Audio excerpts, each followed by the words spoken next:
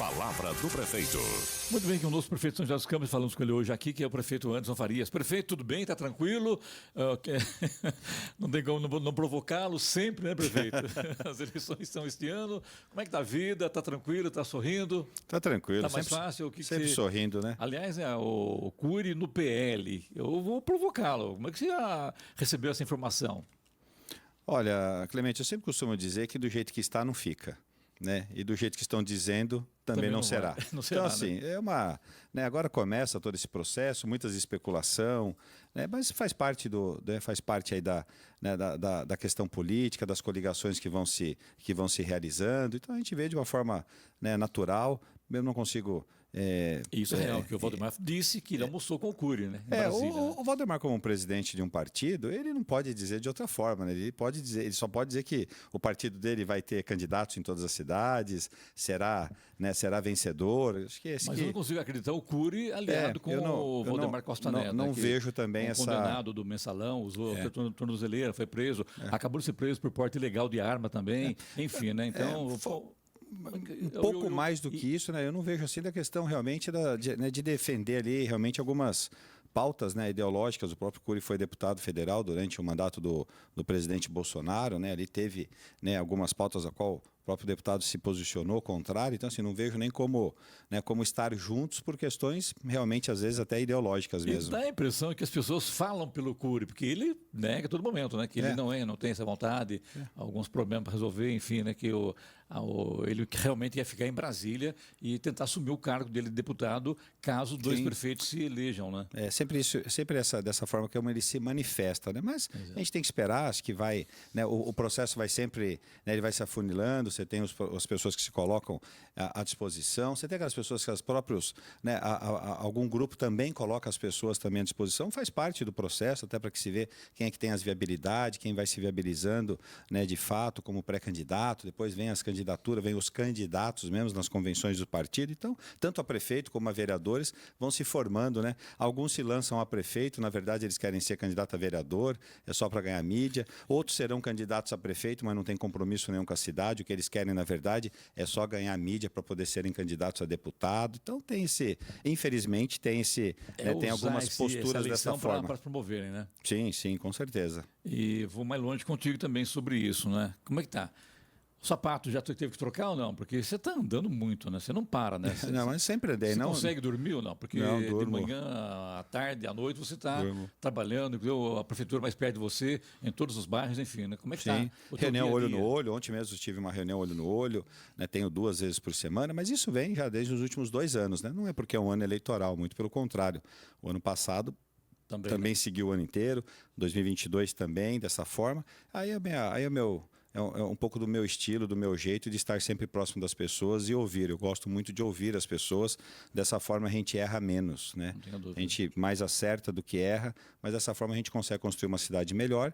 A minha função é, além de cuidar dos recursos financeiros, né, do cidadão, é também eleger prioridades para que a gente possa fazer os investimentos. Prefeito, reuniões em bairros próximos ao centro e bairros periféricos. As cobranças são muito grandes, prefeito. O que você pode avaliar dessas suas reuniões por aí? São sempre positivas. Cada região com as suas características, cada bairro que eu vou tem as suas necessidades, mas elas são sempre muito boas do ponto de vista que as pessoas participam e contribuem, Clemente. Isso que é importante. Aliás, eu sempre peço isso às pessoas. São José é uma cidade diferenciada, uma régua muito alta. Isso é bom. O que é régua alta? Tem que cobrar qualidade, tem que medir por cima, não por baixo, né? Não medir por se comparar com aquilo que está ruim. Não, vamos comparar com aquilo que está bom, mas vamos melhorar. Temos desafios na cidade. Então, por exemplo, vamos na região norte, em reunião, eu estive essa semana na região norte, lá nós temos alguns desafios, lá, por exemplo, com a regularização. Temos alguns, né, loteamentos que foram, né, que são irregulares, foram feitos de forma, teve a sua formação ali irregular, que temos ali um grande desafio, porque tem características diferentes. áreas de proteção ambiental, áreas, né, de risco. Então, a gente tem esse desafio com a regularização na região norte em alguns pontos. Então, cada região tem as suas necessidades, as suas características, mas isso é sempre bom quando você conversa com as pessoas e aí você consegue, de fato, verificar qual é a necessidade. Elas vivem lá na rua, né? Até para fazer qualquer alteração viária, por exemplo, as pessoas vivem lá, elas estão todos os dias, elas sentem de fato como é que está funcionando, o que é aquilo que está, né, apertando o calo dela. E quando ela fala, né, seja pelo 156 ou quando ela vem com uma contribuição, é porque algo incomoda. Então, a gente tem, em alguns lugares, a saúde. Nesses dias, a saúde, até por causa da questão da dengue, da Covid, né, as nossas portas de hospitais elas estão, né, com atendimento. A UPA do Campos Alemães, essa semana, chegou a mais de 1.000 atendimentos no dia. Né, a gente tem uma média de 600, 700. O Clínica Sul também está com uma porta de atendimento com muitas pessoas. Mas aí a gente tem as nossas equipes da saúde que estão preparadas, atendendo. Então, a gente tem, em alguns locais, algumas deficiências e nós vamos melhorando. Me dá a impressão que as principais demandas são com a malha viária, penso eu, saúde e segurança, nem tanto, né, prefeito? Segurança está mais ou menos contornada ou ainda tem algumas demandas, prefeito? Segurança tem uma demanda em São José dos Campos, principalmente com relação a furto. Né? Os comerciantes, ontem mesmo eu tive uma reunião com donos de padarias. Ontem nós reunimos mais de 40 donos de padarias, estive com eles e tem essa questão, são comerciantes. Já tive reunido com os comerciantes da região central, comerciantes da região do Vista Verde, enfim, de vários locais. O furto hoje está sendo um grande problema, né? Primeiro porque o país está tratando o furto como algo comum. Né? Infelizmente, na preso, justiça, né? A nossa lei não fica preso. Apresenta a autoridade policial, faz o meliante, né? Não dá nem falar que é um cidadão, o meliante, ele sabe disso, ele não é nenhuma. Então, ele comete os furtos, os comércios vêm sofrendo isso. Em São José dos Campos, nossos indicadores de criminalidade são os menores dos últimos 23 anos. São José dos Campos é a cidade mais segura do estado de São Paulo. Estamos na região, né, mais violenta do estado de São Paulo, que é o Vale do Paraíba e o Litoral Norte, mas a cidade de São José dos Campos, que é a maior cidade da região, é a mais segura. Mas isso por causa dos investimentos, tecnologia, né, investimentos em homens e mulheres na força de segurança e o sistema integrado com todos. Então a gente consegue ter um combate. O ano passado foram 126 carros roubados na cidade. Lembrando que o que é recuperado não desconta do número, né? Dos 126, 58 recuperados durante o ano. São José eram roubados mais de 850 carros por ano. Então, sim, vários números são indicadores que foram em queda e estão em queda. Mas o furto, né, é algo que vem crescendo. E aí tudo tem a ver também muito ligado com a droga, com a dependência. Né? O furto é para poder vender produto ali no ferro velho, para poder conseguir um dinheiro. E a gente tem que viver um momento onde o STF se discute essa questão da liberação ou da descriminalização. Prefeito, uma nova empresa assumiu, na última semana, o serviço de coleta de lixo no município. E alguns moradores estão questionando sobre a instabilidade e também algumas demoras na coleta de lixo em alguns pontos da cidade. Existe essa previsão de normalidade? Qual a sua expectativa, ou da prefeitura também, no caso aí, com a nova empresa? O que você pode falar para o nosso ouvinte? A expectativa, Clemente, é que ela assumiu terça-feira da semana passada, né, o próprio primeiro dia dela de operação. Ele já saiu já um pouco mais tarde, saíram 10h30 da manhã. Tudo isso daí tem um reflexo, a gente fala, é 2 horas de atraso na saída, é um turno inteiro que acaba ficando em atraso. Prejudicado, né? Alguns funcionários são novos, né, na empresa, 99% dos funcionários foram aproveitados da Beta, né, que era a empresa anterior, mas ela também já tinha um quadro já deficitário, porque teve as demissões, não houve umas reposições. A empresa nova já contratou. Foram 58 pessoas que foram contratadas a mais, novos, né? Qual o nome da nova empresa, prefeito? Eco Liberty, tá. É a empresa. E aí ela fez a contratação. Hoje ela tem uma garagem muito melhor, uma estrutura muito melhor, tanto do ponto de vista da sua frota. Então, nessa terça-feira, ela houve esse atraso. Mesmo nós estamos acompanhando, tem os caminhões da Urban, que nós, né, se necessário for, quando tem um atraso de um dia, a gente não tem nenhum atraso com mais de 12 horas, Clemente. Então, desde terça-feira. A regularidade de toda a passagem já começa agora, já dessa semana, desde segunda-feira. No final de semana, nós conseguimos fazer todo o cumprimento de todos os setores. Né? As equipes estão trabalhando até 2, 3 horas da manhã. Segunda-feira, por exemplo, segunda-feira é o dia com o maior número de coleta na cidade. Né? Na segunda-feira, todos os setores da tarde, todos os caminhões chegaram depois da meia-noite. né? Então tivemos caminhões chegando às 2 horas da manhã, 3 horas da manhã, para que a gente pudesse não deixar realmente, né, para que não ficasse nenhuma parte do setor, né, sem recolher. Então a gente já começou já com essa regularidade, já, né, os funcionários já, né, já treinados, né, os novos funcionários, que aí também a gente coloca o pessoal mais experiente, que tem conhecimento, juntamente com os novos funcionários, mas a operação já começou já na sua regularidade. O que a gente começa agora, Clemente, é a campanha novamente de educação com as pessoas do ponto de vista do dia. Para lembrar-las, o dia é de terça, quinta e sexta, período da manhã, período da tarde, para que a gente comece já a colocar, né, voltar a essa... Porque tem gente também que agora já coloca o lixo de qualquer jeito, fala, não, mas eu não sei quando passa. Não, calma, vamos voltar, o calendário é o mesmo, a programação é a mesma, então a gente começa a reforçar agora novamente a programação por bairro, por região. Prefeito, como é que foi a situação da Beta com a prefeitura? Que houve, na verdade, houve um problema sério, e ela deu a impressão que abandonou o serviço, é isso mesmo, né?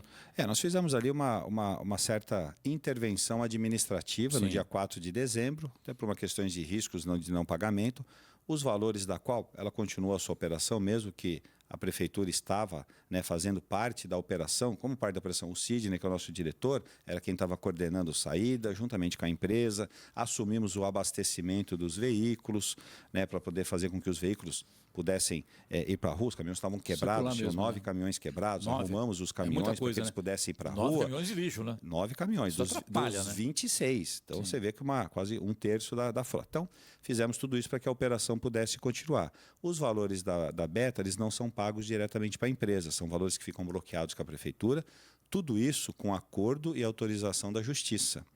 Perfeito? Até para que a gente possa ter, né, essa segurança, né, e não ter nenhuma cobrança no futuro da empresa contra o município. O sindicato também participando, são 2 sindicatos, o sindicato de condutores e o sindicato dos coletores também participando junto. Então, fizemos esse processo. Ontem, por exemplo, eles saíram da empresa Beta, os funcionários. Então, eles receberiam seus salários de fevereiro, por exemplo, juntamente com as suas rescisões. Perfeito? Sim. Seria uma regra. Nós não fizemos isso. Hoje, nós estamos fazendo o pagamento separado da rescisão. Então, para quê? Para não deixar os funcionários sem os seus salários. Mesmo porque eles trabalharam, é uma coisa, rescisão é outra. Mesmo porque eles trabalharam 26 dias. Então, pagamos proporcional a 26 dias. Então, a prefeitura faz o pagamento direto juntamente com o sindicato. A gente faz junto com o sindicato, que acompanha toda a parte da folha de pagamento. Então, essa foi a rescisão que nós fizemos. Foi uma rescisão unilateral, apesar de...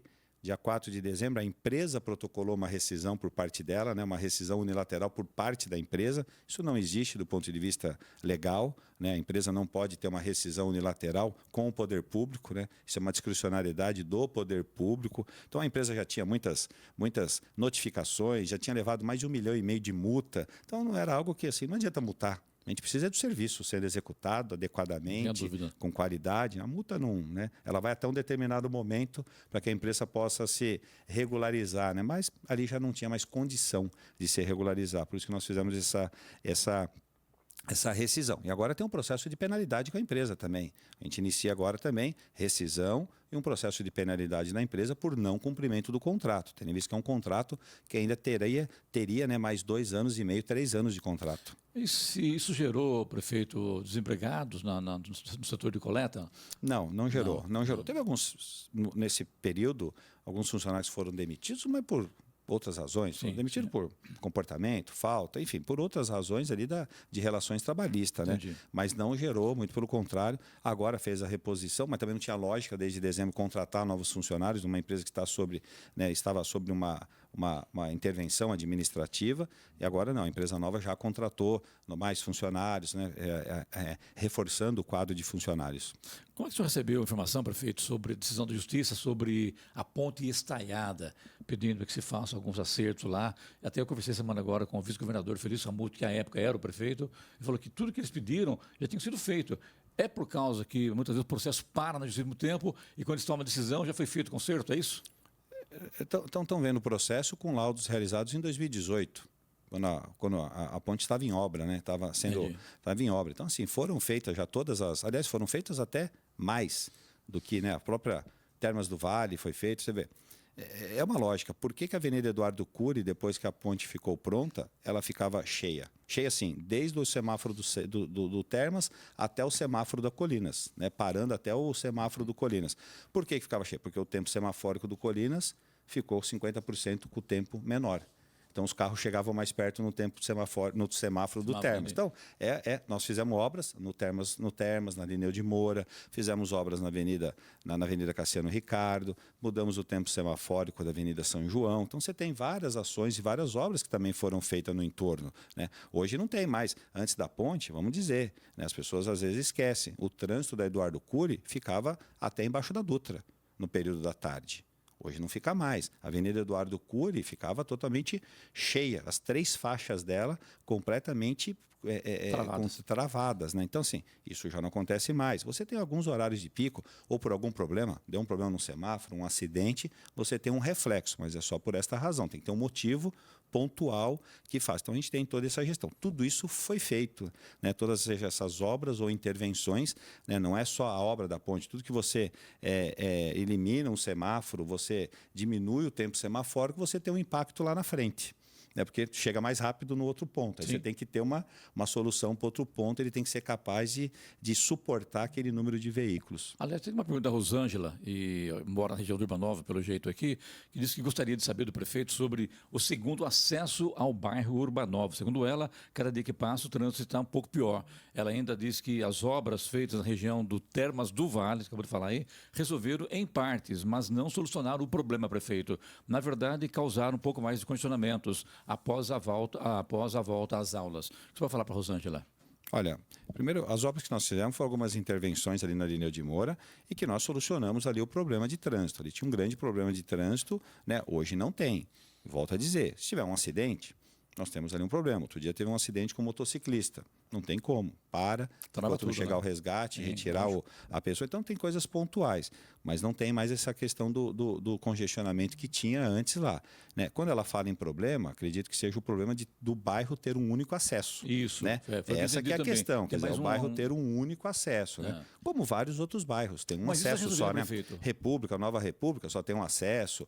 Né? Se a gente pegar Cerejeira, Santinês, só tem um acesso. Mas assim, lá já vai estar resolvido porque tem um projeto, tem um planejamento de fazer o segundo acesso através do Esplanada do Sol, né? Esse projeto já está desenvolvido, esse projeto entra agora na lei orçamentária para o ano de 2025 para execução. Existe um consórcio de loteamentos, né, lá da região do Urbanova, da qual os loteamentos depositam valores, né, conforme eles são aprovados. Então, tem um recurso no caixa da prefeitura.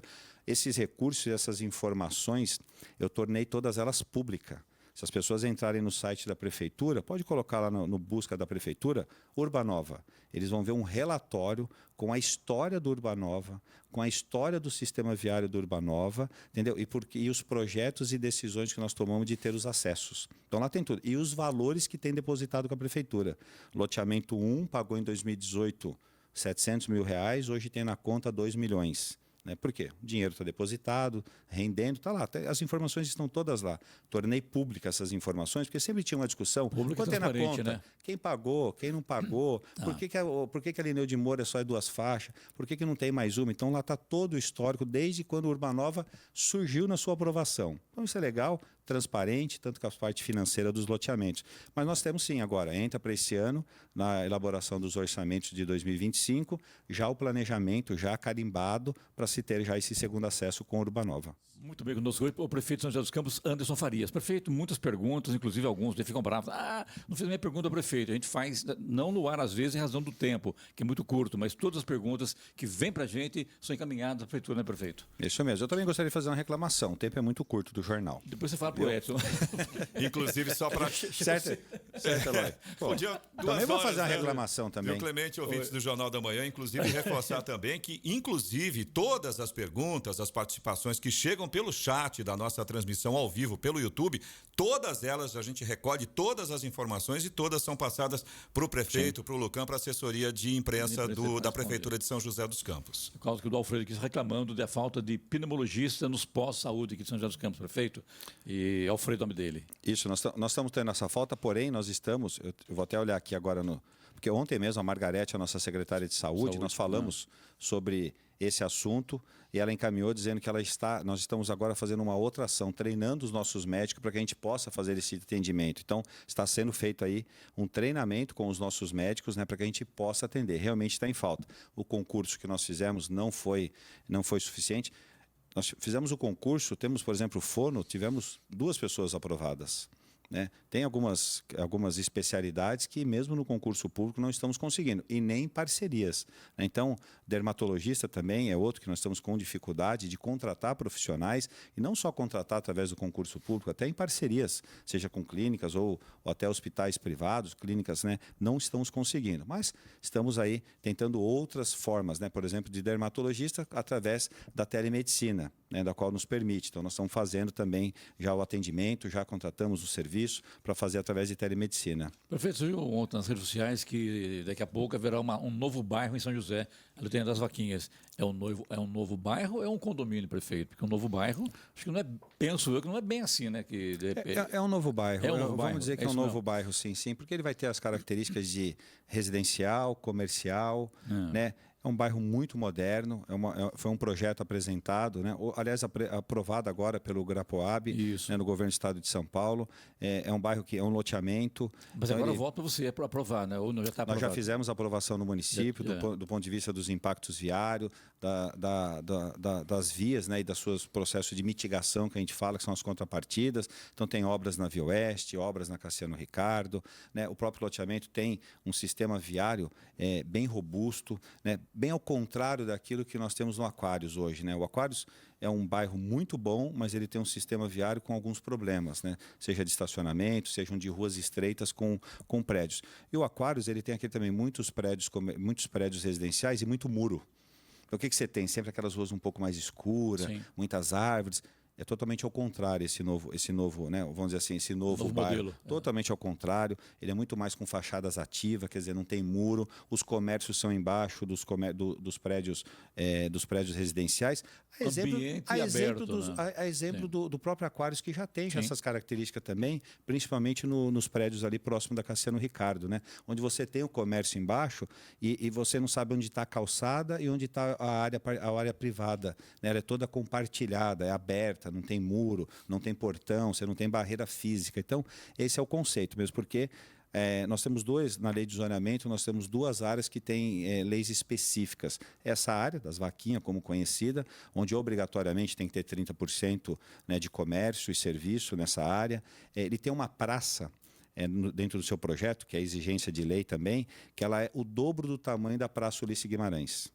Dessa praça que nós temos aqui no Aquários, que é um grande parque. Essa praça, né? É mais do que um praça. Ela é um parque, né? Sim, assim, muito bem frequentado. Muitas pessoas de outras regiões vêm passear. Então, esse novo loteamento agora... Bem arborizado, por sinal, né? Esse novo loteamento, ele tem uma praça que é o dobro do tamanho dessa da Ulisses Guimarães, com característica para se deixar de que forma, né? Ela tem um formato para se deixar, principalmente essa abertura central com a vista do banhado para o Aquários hoje existente. Então, foi um loteamento muito bem, posso dizer aqui que o projeto apresentado, as empresas responsáveis... Visão do futuro. Apresentaram um projeto. É um bairro bem futurista, viu? Ele tem também sistema de pouso de drone, né? Já tem todas essas questões já de patinete andando internamente, ligando os seus comércios e escritórios, por exemplo. Então, é um bairro bem moderno. Posso dizer aqui que a empresa da qual apresentou foi uma empresa chamada Idealiza, é uma empresa que já tem um loteamento já no sul do país, já que é bem moderno, bem diferenciado, se não me falha a memória, em Pelotas. Né? Não conheço, eu já vi só por foto e a história, mas em Pelotas. Então, assim, em São José dos Campos não foi diferente, foi algo muito diferenciado nesse projeto. Não tenho dúvida que isso deve agregar muito. E do sistema viário, que a grande preocupação, tem as ações de mitigação e as contrapartidas de investimentos que serão feitas, e eu posso dizer que, pelo que eu conheci já do projeto e vi do projeto, será muito bom. Prefeito, muito obrigado. A sua reclamação está anotada aqui, está encaminhada à nossa diretoria. Poxa vida, viu? Obrigado, que eu estou junto com os ouvintes, né, que querem falar e não dá tempo, mas a gente poderia ter mais tempo de jornal. Muito obrigado, Obrigado, Clemente. Obrigado, Eloy. Obrigado, Sena.